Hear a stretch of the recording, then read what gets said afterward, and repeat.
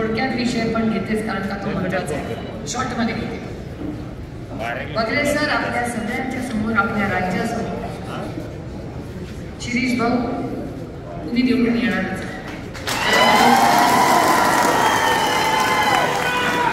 आणि नाशिकचे लोक म्हणजे आज मी वगैरे सर आणि मी एकत्र काम करतो म्हणून कौतुक कारण माझी विनंती या गोष्टीवर टाळ्याही वाजू कारण आपण सगळे विसरून गेले की इमानदार असणं ही आजकाल मोठी पदवी झाली आहे. अहो इमानदार असलंच पाहिजे. त्याच्यामुळे शिरीष भाऊ माझ्या तुमच्याकडूनही काही अपेक्षा आहे. माझी अपेक्षा आहे की तुम्ही निवडून आल्यानंतर पहिला तुमचं कर्तव्य असेल की या प्रत्येक मतदाराला ही मलिदा नाही आपली काय गोल्डन गँग मोडून काढण्याची जबाबदारी माझ्या इथे बसलेल्या प्रत्येक शेतकऱ्याला त्याच्या हक्काचा हमी भाव द्यायची जबाबदारी तुम्हाला घ्यावी लागेल आणि माझ्या इथे बसलेल्या प्रत्येक महिलेला आपलं सरकार नुसती लाडकी बहीण म्हणणार नाहीये तिला महालक्ष्मी म्हणून तिचा मान सन्मान करावा तिला तिच्या अकाउंटमध्ये 3,000 रुपये टाकणार आहे त्यांची जबाबदारी तुम्हाला घ्यावी लागेल. आणि ही नुसती जबाबदारी नाही नुसते पैसे देऊन आम्हाला वोट करा असले उद्योग आम्ही करत नाही. अहो नाती पैशानी नाही होतो दिल से त्याला मन असावं लागतं. त्यांना मनच नाही काय अपेक्षा करायची त्यांची. पण माझं म्हणणं आहे की ह्या राज्यामध्ये परवा मी भाषण ऐकलं कोण काय त्यांचं नाव धनंजय माडिक हे राष्ट्रवादी काँग्रेस पक्षाचे अतिशय सुसंस्कृत चांगला मांडला पण संघात बदलले आणि प्रॉब्लेम झाला. म्हणून आई म्हणते ना मित्र मैत्रिणी चांगले असले पाहिजेत हे मला आता कळलं आयुष्यात की संगत चांगली असणं का महत्वाचं असतं. आपल्याकडे होते जेव्हा कोल्हापूरचे उत्तम खासदार होते आता भारतीय जनता पक्षात गेले आणि परवा तर बायकांनाच दमात घेतली आणि काय भाषण केलं की जी महिला 1,500 रुपये तिला सरकारकडून मिळतात ती जर काँग्रेसच्या सभेला गेली तर तिचे फोटो काढा. एक तर या देशामध्ये कुठल्याही महिलेचा चोरून फोटो काढणं हा गुन्हा आहे. कोणी फोटो काढले घेऊन जा पोलीस स्टेशनला तर काय अडचण नाही. मी तर नेणारच आहे असले उद्योग करणाऱ्यांना. धमकी देता काय धमकी महिलेला दिली तर डायरेक्ट पोलीस स्टेशन आणि त्याच्यानंतर असं म्हणाले जर तू काँग्रेसच्या सभेला गेली राष्ट्रवादीच्या सभेला गेली तर मी बघतोच तुझं काय करायचंय. मला धनंजय माडिकांना सांगायचंय आणि देवा भाऊंना विचारायचंय की देवा भाऊ तुम्ही या राज्याचे गृहमंत्री आहात. तुमच्या पक्षाचा नेता या महाराष्ट्रातल्या करोडो महिलांना धमकी देते आणि तुम्ही तोंड बंद करून बसता. असा गृहमंत्री तुम्हाला पाहिजे का कैलासवासी आर.आर. पाटलांसारखा तुम्हाला गृहमंत्री पाहिजे ज्यांनी 1,00,000 महिलांना पोलीस यंत्रणेमध्ये नोकरी दिली. आबा जेव्हा गृहमंत्री होते तेव्हा या राज्यातल्या प्रत्येक व्यक्तीला महिलेला आधार वाटायचा की अरे माझा भाऊ गृहमंत्री आहे. मी कुठेही कधी गेले तरी मला कशाची भीती वाटत नाही. मी शब्द तुम्हाला देते की महाविकास आघाडीचं सरकार आल्यावर या राज्यातली प्रत्येक महिलेची सुरक्षिततेची जबाबदारी महाविकास आघाडी घेईल हा शब्द मी तुम्हाला देते. फक्त 3,000 रुपयाचं नातं नाहीये. नाती पैशानी नाही विकत घ्यायला लागतात आणि नाती जोडायला ताकद लागते नातं तोडायला ताकद लागत नाही आणि ती ताकद या सुप्रिया सुळेमध्ये आहे. नाती जोडायची ताकद माझ्यात आहे आणि तीच नातं आपल्याला शिरीष भाऊंच्या माध्यमातून महिला सुरक्षितता कांद्यासाठी सुरक्षितता सोयाबीन कपास आणि एक शब्द देते तुम्हाला की अडचणीत आलेल्या प्रत्येक जो शेतकरी अडचणीत असेल त्याला सरसकट कर्ज माफी महाविकास आघाडी. टाळी नुसका वाजवायचा विषय नाही. ते म्हणतात खोटं बोलतात अरे डंके की चोट पे मी सांगते जेव्हा काँग्रेस आणि राष्ट्रवादी काँग्रेसचं सरकार होतं तेव्हा मनमोहन सिंग साहेब प्रधानमंत्री होते आदरणीय पवार साहेब कृषी मंत्री होते सरसकट कर्जमाफी केली होती की नाही 70,000 कोटी रुपयाची केली होती. अरे त्याला दानच लागते. तेव्हा कोण म्हणलं होतं का अरे बीजेपीच्या कडे गेलास फोटो काढीन तुझा, असं कोण बोललं होतं का? अरे म्हणून काय झालं, अरे विरोधक असला तरी काय दिलदार असला पाहिजे. अरे माझं पण भाषण ऐका, देवाभाऊ आले तर त्याच्या पण भाषणाला जा, का अडचणी? लोकशाही आहे. लोकशाहीमध्ये प्रत्येकाला प्रत्येकाचं भाषण ऐकायचा अधिकार आहे आणि पाहिजे त्याला मतदान करायचा अधिकार आहे. मी म्हणून म्हणते अरे विरोधक असला तरी दिलदार असला पाहिजे. याचं कारण माझा विश्वास भारतरत्न डॉक्टर बाबासाहेब आंबेडकरांच्या संविधानावर आहे आणि त्या संविधानाच्या चौकटीत राहून आम्ही आमचं राजकारण आणि समाजकारण करतो.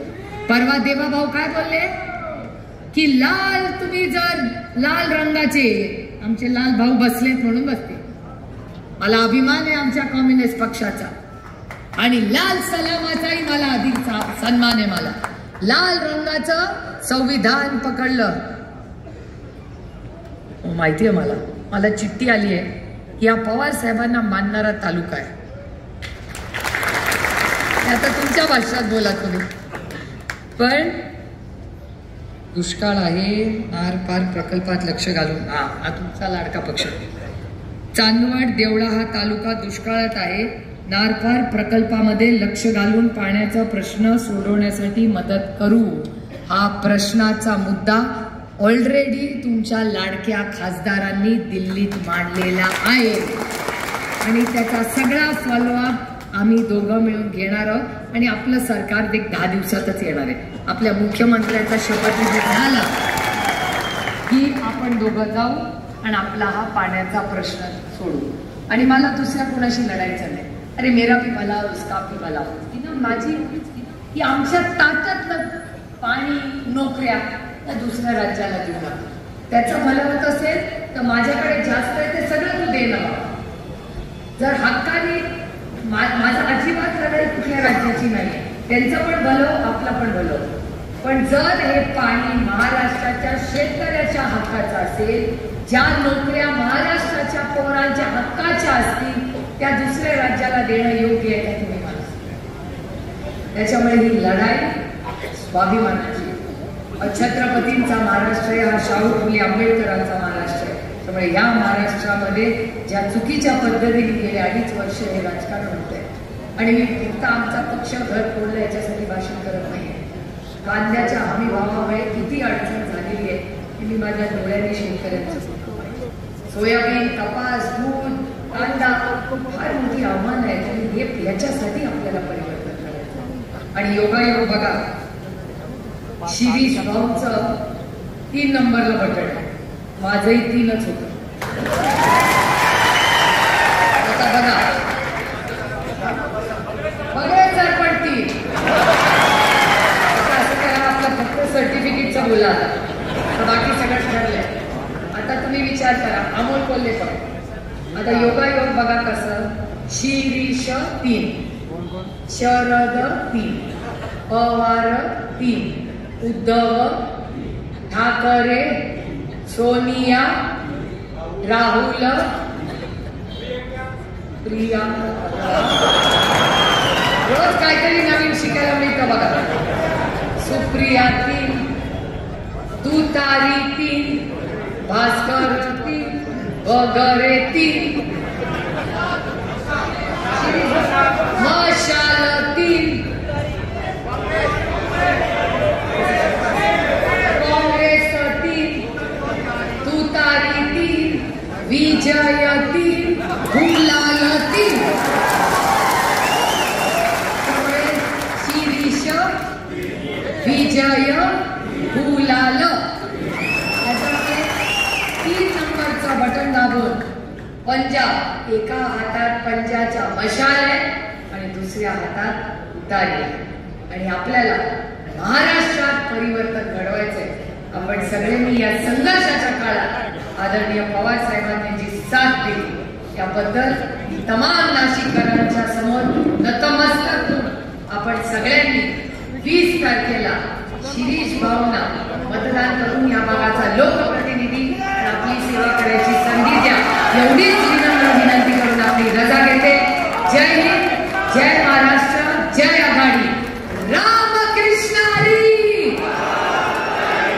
रामकृष्ण हरी. हातात घेऊन वाजवा तुतारी. रामकृष्ण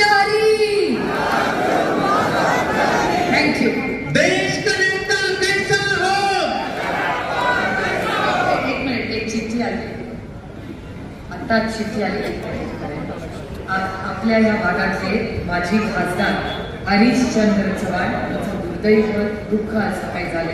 मी सगळ्यांना विनंती करते की आपण तुम्ही बसता आहात तिथे आम्ही 2 मिनिटं त्यांना श्रद्धांजली करू. तुम्ही आज तिथे नव्हतं आम्ही सगळ्यांना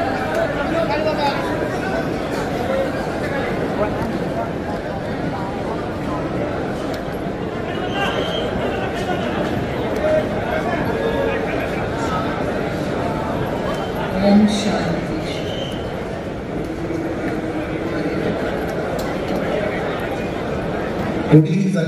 सगळ्यांनी कृपया इथंच बसायचं आहे. फक्त ताई जात आहे, अजून प्रमुख वक्त्यांची भाषण व्हायची आहे, मला देखील बोलायचंय. यानंतर मी विनंती करतो शिवाजीराव ढवळे साहेब हे आपले 2 मार्गदर्शन करतील. ढवळे साहेब, सर्वांनी जागेवरतीच बसायचं आहे, कोणीही जागेवर उठायचं नाही.